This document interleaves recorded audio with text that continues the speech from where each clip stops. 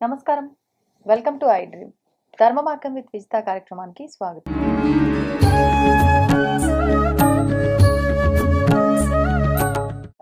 ప్రస్తుతం మనతో పాటు ఉన్నారు దివ్య విశ్వశక్తి పరివార ప్రచారకులు స్వామి ఓం స్వరూప్ గారు. ఇప్పుడు వారితో మాట్లాడదాం. నమస్కారం అండి. శుభాశీషులు తల్లి.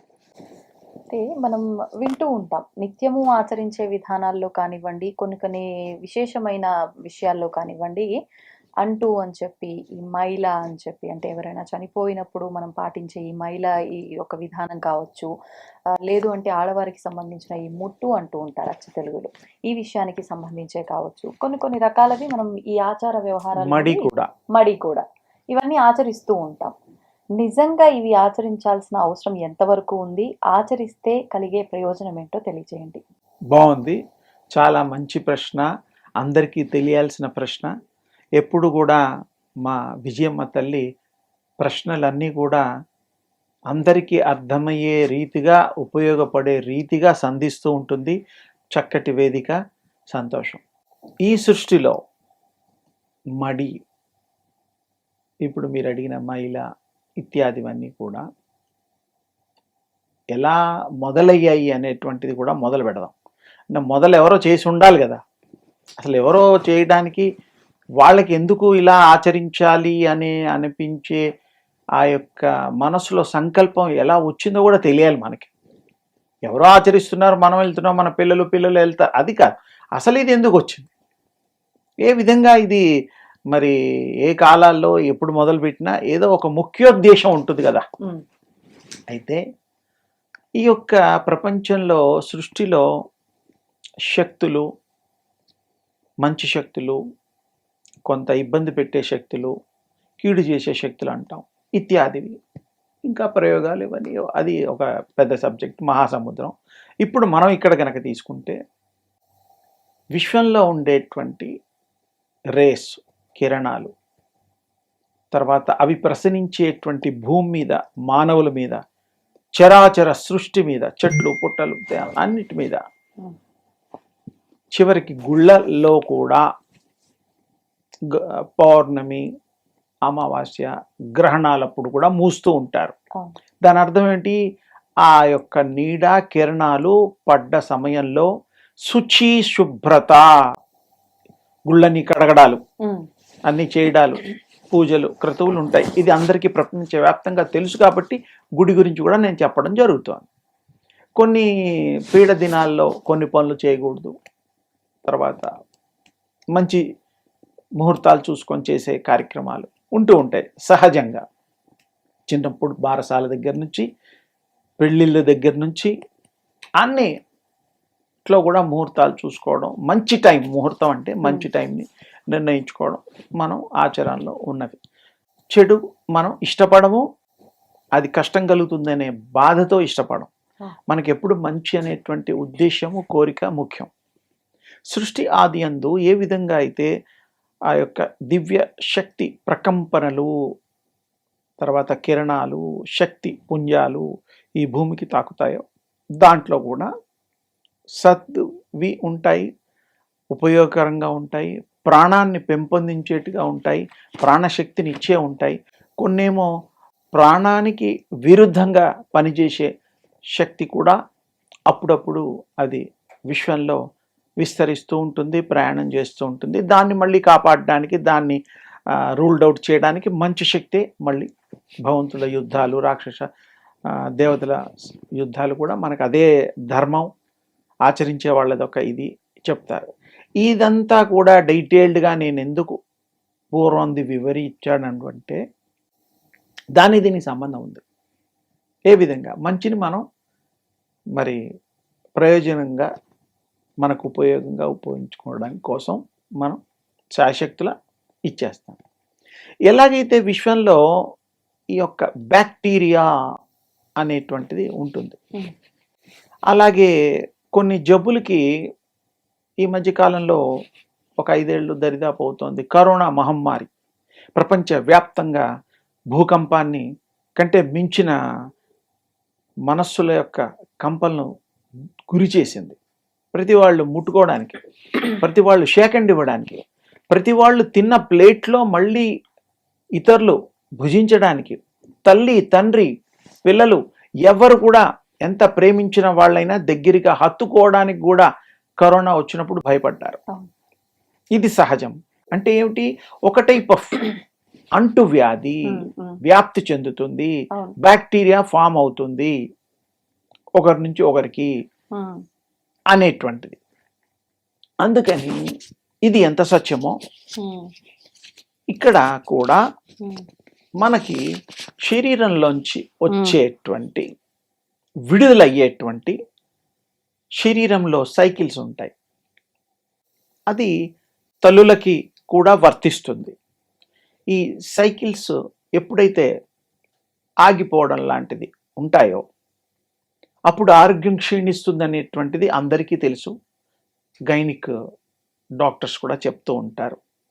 అంటే ఆరోగ్యం బాగుండడానికి కొన్ని శరీరానికి అనవసరమైనటువంటి రసాయనాలే కానీ మార్పులే కానీ ఏ విధమైనటువంటివి కూడా అవి బహిర్గతము కావలసినదే.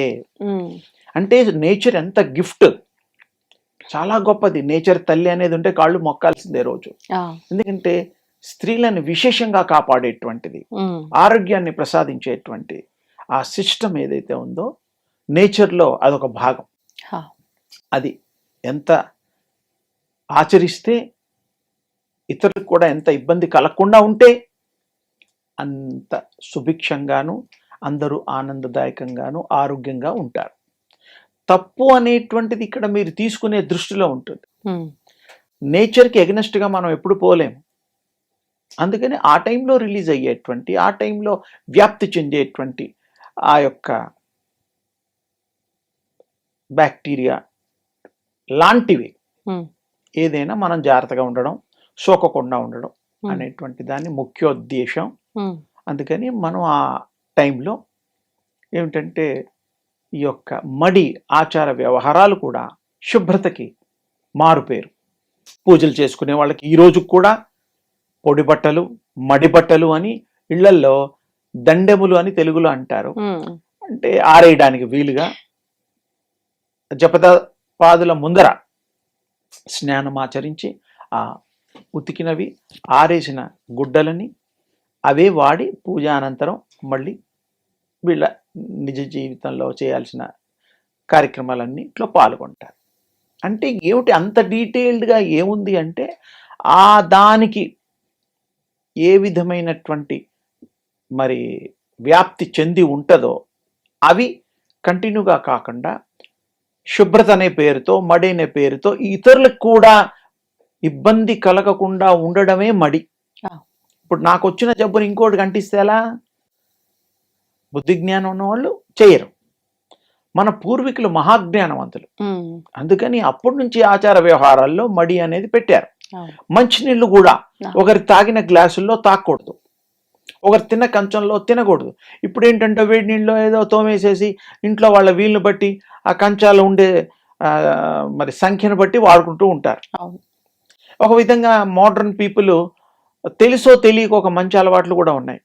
పేపర్ ప్లేట్స్ అని, యూజ్ అండ్ త్రో గ్లాసులని రకరకాలుగా వాడుతున్నాం. అంటే ఏంటి, మళ్ళీ ఇతరులు వాడకూడదు. అది ఒక మంచిదే. తెలియకపోయినా అది ఒక మరి అలవాటు అయింది. ఎందుకో బఫెట్ సిస్టమ్ అని అవన్నీ ఇవన్నీ రకరకాల్లో అవి వాడుతూ ఉంటారు. ఇక్కడ ఈ మడి ఆచార వ్యవహారాల్లో పూర్వం కూడా వాళ్ళు ఏ పాత్రలు అయితే వాడారో, దేవుడి పాత్రలు కానీ ఇంట్లో పాత్రలు కానీ, ఇది నాన్నగారి కంచం, ఇది అమ్మాయి కంచం, ఇది బాబు కంచం, ఇతరులు ఎవరన్నా వస్తే చుట్టాలు బంధువులకు కూడా విడిగా పెట్టేవారు. ఎందుకు? ఆ వచ్చినప్పుడు వాళ్ళకి అది దాంట్లో సర్వ్ చేయడానికి. ఇక్కడ వీళ్ళకి ఏవైతే ఉంటుందో పిల్లలు కూడా తన కన్న పిల్లలకు కూడా ఒక విడిగా పెట్టేవారు.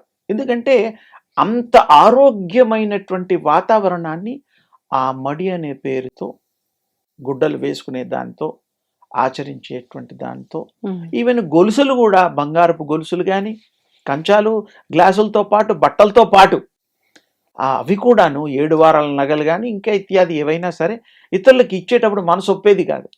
ఇంకోటి 4 అది వాడినవి ఇతరులకు ఇవ్వకూడదు, ఇతరులు వాడకూడదు. అప్పుడేమవుతుందంటే దీంట్లో స్టోర్ అయినటువంటి మీ energy you are giving to others.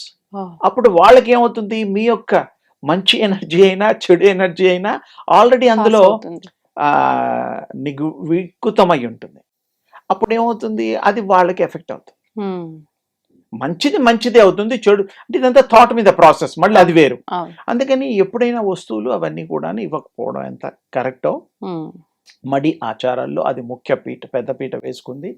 అలాగే ఈ తల్లుల విషయంలో కూడా ఒకప్పుడు వాళ్ళకి ఇళ్లల్లో ఒక ఇంటికి పక్కగా అంటే అదే ఆవరణలో సపరేటు ఎవరికి ఈ ఇంటికి సంబంధం లేని గది అలా ఏర్పాటు చేసి అలా వారు ఆ రోజుల్లో ఆచరించేవారు. అంత జాగ్రత్త, ఇది వాళ్ళని ద్వేషించి వాళ్ళని అవమానించేసి వాళ్ళని చిన్నచూపు చూడడం కాదు, అంటరాని వాళ్ళు అనడం కాదు. ఆరోగ్యరీత్యా వాళ్ళు కూడా ఆరోగ్యం, ఇతరులు కూడా ఆరోగ్యంగా ఉండడం కోసమే, మంచి ఉద్దేశమే కానీ ఇతరత్ర కాదు. అందుకని మడి ఆచార మైల ఆ యొక్క జీవి ప్రాణం వదిలినప్పుడు 10 రోజులో 11 రోజులో రకరకాలుగా వారు పాటిస్తారు. కాబట్టి అప్పుడు కూడా ఈ బ్యాక్టీరియల్ ఎఫెక్ట్ సైంటిఫిక్గా కూడా చెప్పడం జరిగింది. అదేంటంటే వాళ్ళ బాధల్లో శోకంలో వాళ్ళు ఉంటారు, వచ్చిన వాళ్ళు కూడా సరే వచ్చి వెళ్ళి స్నానాలు చేసి గుడ్డలిప్పి అవన్నీ రకరకాల అందరికీ తెలిసినవే. అందుకని ఏమిటంటే ఆ 11 రోజులు ఆ 10 రోజులు ఆత్మ ఆ ఇంట్లో విశేషంగా సంచరిస్తూ అదేమిటంటే నా గురించి ఎవరు బాధపడుతున్నారు, నా పెద్ద కొడుకు బాధ, చిన్న కొడుకు బాధ, ఇన్నాళ్ళు ఉండి జీవించిన ఆ ఇంటి యొక్క పరిస్థితులు, నా బంధువులు వీళ్ళందరూ ఏవేవి అనుకుంటున్నారని దృష్టిలో పెట్టుకొని అది ఉంటుంది. తర్వాత ఒక్కసారి ఈ యొక్క కర్మ విశేషాలన్నీ అయిపోయిన తర్వాత చిన్న కర్మ పెద్ద కర్మలన్నీ తర్వాత దాని దారెంబటి అది ఇంకా నా ప్రయాణం మొదలైందని అది వెళ్ళిపోతుంది. ఆ టైంలో కూడా ఇళ్లలో వాళ్ళు ఈ యొక్క ఈ పాటించడం అనేటువంటిది, మైల పాటించడం అనేటువంటిది సహజంగా మనకు అందరికీ తెలుసు. కానీ అవన్నీ కూడా పాటించడం, ఆచారాన్ని గౌరవించడం. ఆచారంలో కూడా రహస్యం ఏమిటి అంటే ఈ యొక్క ఇతరులకి పాకకుండా ఉండేటువంటి, ఇతరులకి అంటించకుండా ఉండేటువంటి, ఇతరులకి కూడా ఏ విధమైనటువంటి బాధలు కలగకుండా ఉండడం కోసమే తప్ప అది ఇంకో రకంగా కాదు. ఇది చాలా తేలికగా సూక్ష్మంగా చెప్పడం జరిగింది. మరెప్పుడైనా దీనికి విస్తారంగా ఇంకా విశేషంగా జోడించి సృష్టిలో ఇంకా వేటి మీద ఈ ప్రభావం ఉందో మనం తప్పకుండా చర్చిద్దాం. భగవంతుడిని ప్రతి ఒక్కరం కూడా కోరికలు అయితే కోరుకుంటూనే ఉంటాం, కానీ కొంతమందికి నెరవేరుతాయి, కొంతమందికి నెరవేరవు. అయితే అసలు ఎందుకు ఈ కోరికలు నెరవేరట్లేదు, మరి ఏ రకంగా కోరుకుంటే నెరవేరుతుంది? ముఖ్యంగా భగవంతుడి ఒక అనుగ్రహం మన పైన ఉండాలి అనంటే మనం భక్తి శ్రద్ధలతో ఉండాలా, లేదంటే క్యారెక్టర్ పరంగా చూసుకుంటే మనం ఒక నిజాయితీతో ఒక ధర్మంగా ఆ మార్గంలో ఉండాలా? ఈ రెండిట్లో ఏ రకంగా ఉంటే ఈ కోరికలు తీరడమే కానివ్వండి, ఆయన అనుగ్రహం ఉండటమే కానివ్వండి, ఎలా జరుగుతుందంట? భగవంతుడు ఎప్పుడూ తన బిడ్డల్లాగా ఈ ప్రపంచంలో ఉండే జీవులందరి మీద ప్రేమానురాగాలు సమానంగా ఉంటాయి, అందులో సందేహం లేదు. మానవులు వారు ధర్మపరంగా ప్రవర్తిస్తూ ఆచరిస్తూ, ఆ ధర్మం అంటే ఏమిటి అంటే ఇతరులకి ఇబ్బంది కలగకుండా నీ వల్ల మరల నీ కుటుంబానికి నువ్వు ఇవ్వవలసినటువంటి చేయవలసినటువంటి విధులను నిర్వర్తించే సన్మానవుడు ధర్మం కింద మనం కుటుంబ ధర్మము బాధ్యత, అది సమాజ ధర్మము బాధ్యత. మానవాళికి ఇంకా రకరకాల ధర్మాలు ఉన్నాయి, ఈ రెండు ముఖ్యంగా ఆచరిస్తే ఇతరులకి ఎవరికి ఇబ్బంది లేదు, మన ఫ్యామిలీకి కూడా ఇబ్బంది ఉండదు. భగవంతుడిని ఏది కోరుతాం, ఎప్పుడు కోరుతాం అంటే మనకు లేనప్పుడు. మనకు ఉన్న తర్వాత ఏమో కోరిక వేరే, ఆ ఉన్నది ఎంత జాగ్రత్తగా ఉంచగలుగుతాము, ఎంతవరకు సద్వినియోగపరచగలుగుతాము. నేను వెళ్ళిన తర్వాత కూడా నా పిల్లల్ని అది అందిస్తే, ఆస్తి పంపకాలు ఇవన్నీ వాళ్ళు ఎంతవరకు ఇది వాళ్ళ పిల్లలకి మరల వాళ్ళ పిల్లలకి ఎన్ని తరాలైనా ఈ వాళ్ళ పంపకం ఒకరి నుండి ఒకరికి చెందడం, ఇవన్నీ కూడా మనం ఆచరణలో భాగంగా మన పూర్వీకులు ఎంతో విశేషంగా మనకి ఈ యొక్క ఇది మనకి ఈ సంఘంలో కట్టుబాట్లలో ఈ యొక్క ఇది అలవాట్లు చేయడం జరిగింది. మన సుఖమే కాకుండా ఇంకొకరి సుఖాన్ని కోరుతూ సమాజ శ్రేయస్సుకి ఇది అవలంబించడానికి వీలుగా చేయడం జరిగింది. కాబట్టి భగవంతుడు ఏది అప్లికేషన్ పెట్టుకున్నా మన బాధల్ని తీరుస్తాడు, అది ధర్మబద్ధంగా ఉంటే.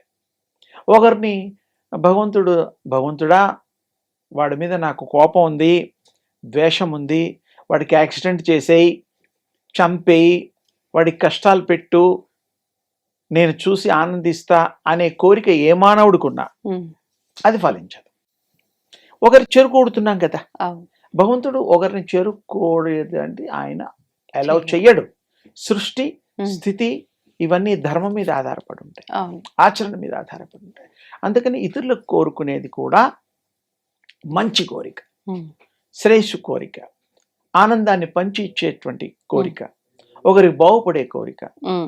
ధర్మ మార్గంలో ఉన్నప్పుడు ఆ మంచి క్యారెక్టర్ ఆ యొక్క వారి అవలంబిస్తూ ఆచరిస్తూ ముందుకు సాగుతూ ఉంటాయి. ఈ ప్రజకి అది విశేషమైన లాభము, తర్వాత కీర్తి ప్రతిష్టలు అవి చెందుతాయి.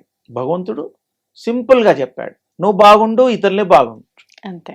అందులో నీ కోరికలో నేనున్నాను, నీ హృదయంలో నేనున్నాను, నీకు తోడుగా నీడగా సర్వకాల సర్వావస్థలో నిన్ను రక్షణ చేస్తా నీ తండ్రిలాగా. ఎలాగైతే నీ పిల్లలకి ఏం కావాలో నువ్వు చూస్తున్నావు, ఏం కావాలో అది ఇస్తున్నావు, చేస్తున్నావు, వారి అభివృద్ధికి నువ్వు ఎంత చేయాలో అంత చేస్తున్నావు, ప్రయాసపడుతున్నావు. అలాగే నేను ప్రయాసపడక్కర్లేదు, నా అనుగ్రహం చేత, నా చూపు చేత నువ్వు అనుభవించడానికి యోగ్యమైనటువంటి కాలాన్ని నేను ప్రసాదిస్తా. నువ్వు కోరుకోవాల్సింది, చెయ్యాల్సింది, ఆచరించాల్సింది ధర్మము, ప్రేమానురాగాలు. అన్యాయం అనేటువంటి దాన్ని జీవితంలో ఎప్పుడు కూడా ఒక్క సెకండ్ కూడా ఆలోచన అవసరం లేదు. ఆలోచన ఎవరికైనా ఉంటే కూడా అది నువ్వు దూరం చేసేయడానికి వీలైనంత నువ్వు ప్రయాసపడి వాళ్ళని కూడా ఆ మార్గంలోంచి సన్మార్గంలో నడిపించే దిశగా నువ్వు ప్రయత్నం చేస్తే భగవంతుడు మెచ్చుకుంటాడు. భగవంతుడికి సత్య సందర్శ స్వరూపుడు. అందుకని సత్యము ఎవరు ఆచరిస్తారో, ధర్మాన్ని ఎవరు పాటిస్తారో, మంచి ఆలోచనలతో అందరి శ్రేయస్సు కోరతారో, సమాజ హితం కోసం ఏ మానవుడైతే కంకణం కట్టుకుంటాడో వారికి ఈ యొక్క సృష్టిలో భగవంతుడి యొక్క రక్షణ ఎప్పుడు, ఈ సృష్టి ఉన్నంత వరకు, మానవులు ఉన్నంత వరకు అది వారు చూసుకునే బాధ్యత వారి తీసుకున్నారు. అందుకనే ప్రకృతిని మనం ఆరాధిద్దాం. ప్రకృతి స్వరూపుడైనటువంటి శివ పార్వతులు కలయిక, మరి అర్ధనారీశ్వరుణ్ణి కూడా కొలిచే గుళ్ళు కూడా ఈ మధ్య కొత్తగా వస్తున్నాయి. అందులో ప్రకృతిని పూజించడమే. అలాగే ఏ దేవుడినైనా దేవుడు కూడా పంచభూతాత్మకమైనటువంటి శక్తులు కలిగిన వాడే. కాబట్టి ఆ దేవుణ్ణి మనం ఏ రూపంలో వాళ్ళు ఎవరికి ఇష్టమైనా మనం పూజిద్దాం, ఆచరిద్దాం. ఇప్పుడు దైవారాధన చేయకుండా మీరు అన్నట్టు ఆ మంచితనంతో ఎదుటి వారికి సాయం చేస్తూ అలా, అంటే ఎవరిని ఇబ్బంది మీరే అసలు ఇంకా కొంచెం లోతుగా మీ హృదయంలో ఉన్నది కూడా భగవంతుడే.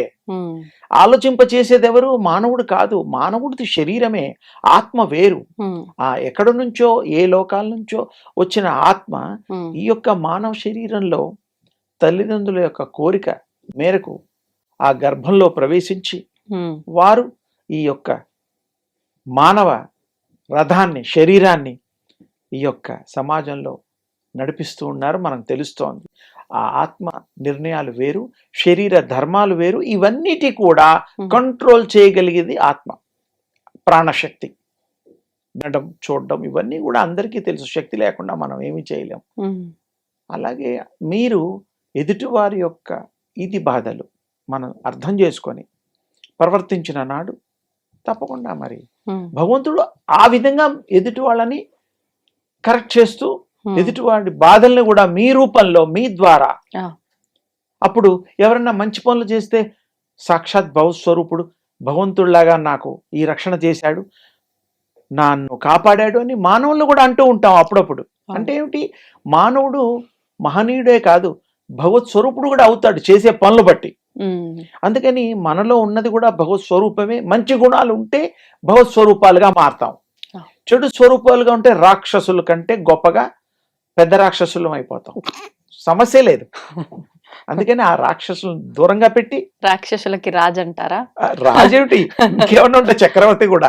అంటే గుణాల వల్లే, గుణాలను మనం మంచి గుణాలను ఆచరించిన నాడు భగవత్ స్వరూపులుగా, దైవం మానుష రూపేణ అనేటువంటిది గుర్తుపెట్టుకుంటే ఆ భగవంతుడు ఎప్పుడు కూడా మన యందు ఉండడమే కాకుండా మనని నడిపించు, ఇతరులను కూడా నడిపిస్తూ ఈ సమాజాన్ని, సృష్టిని చక్కటి ఆనందదాయకంగా, ఆమోదయోగ్యంగా, సత్యానికి మారు పేరు, ధర్మానికి మారు పేరుగా తీర్చిదిద్ది అందరినీ సుఖవంతులుగా చేసేటువంటి శక్తి కలిగిన దేవుడు. మనము ఆ విషయాన్ని తెలుసుకున్న మానవులం కూడా మరి మానవ అవతారం కాబట్టి, భగవత్ అవతారంలో మానవ అవతారం కూడా ఎంతో శ్రేష్టం కాబట్టి, అవతారాలు కూడా మానవ అవతారంలోనే దేవుళ్ళు కూడా వచ్చారు కాబట్టి, మంచి కార్యక్రమాలు చేశారు కాబట్టి వాళ్ళు దేవుళ్ళుగా ఇప్పటికీ పూజింపబడుతున్నారు. ఇది సత్యం. మానవులు కూడా ఆ దేవుడు లాగా మంచి గుణాలు కలిగిన వాళ్ళు ఉన్నారు. మరి ఎంతో మంది దేవుళ్ళలాగా శిలా ఫలకాల మీద కాకుండా, గుళ్ళు కట్టించడమే కాకుండా మరి ఎన్నో ఊళ్ళల్లో కూడా వారి యొక్క శిలా ఫలకాలు ఉంటున్నాయి. మరి మనకు తెలిసిన విషయాలు కాబట్టి, ఇది ఆచరించడానికి ఆమోదం కాబట్టి, న్యాయం ధర్మం కాబట్టి మనం కూడా గుర్తుగా మిగిలిపోదాం. అంతేగాని చెడు చేసి గుర్తు కూడా మిగిలిపోవచ్చు, కానీ అలాంటివి వద్దు. అంటే దానివల్ల ఉపయోగం లేదు. భగవంతుడు క్షమించాడు, దేవుడు క్షమించాడు, మానవులు కూడా ప్రేమించారు, దగ్గరికి రారు. మన ఫ్యామిలీ వాళ్ళే మనని దూరం చేస్తారు. ఇలాంటి చెడ్డవాళ్ల పిల్లలు అని ప్రజలు ముద్రేస్తే మరి ఆ కుటుంబం ఈ సమాజంలో మనుగడ సాగించలేదు. అందుకని సత్యాన్ని, ధర్మాన్ని ఆచరిస్తూ, అందరినీ ప్రేమిస్తూ, మంచి క్యారెక్టర్తో మనం మనగలిగిన నాడు మహనీయుడిగా మిగిలిపోతాం అనేటువంటి ఈ సత్యాన్ని అందరూ తెలుసుకొని, ఎంత వీలైనా కాదు, వీలు చేసుకొని ఆచరిస్తే సమాజం, మీరు బాగుపడతారు, మహిమాన్వితులవుతారు, భగవత్ స్వరూపులవుతారు. సుఖీ భవ. ధన్యవాదాలు. And don't forget to subscribe to iDream.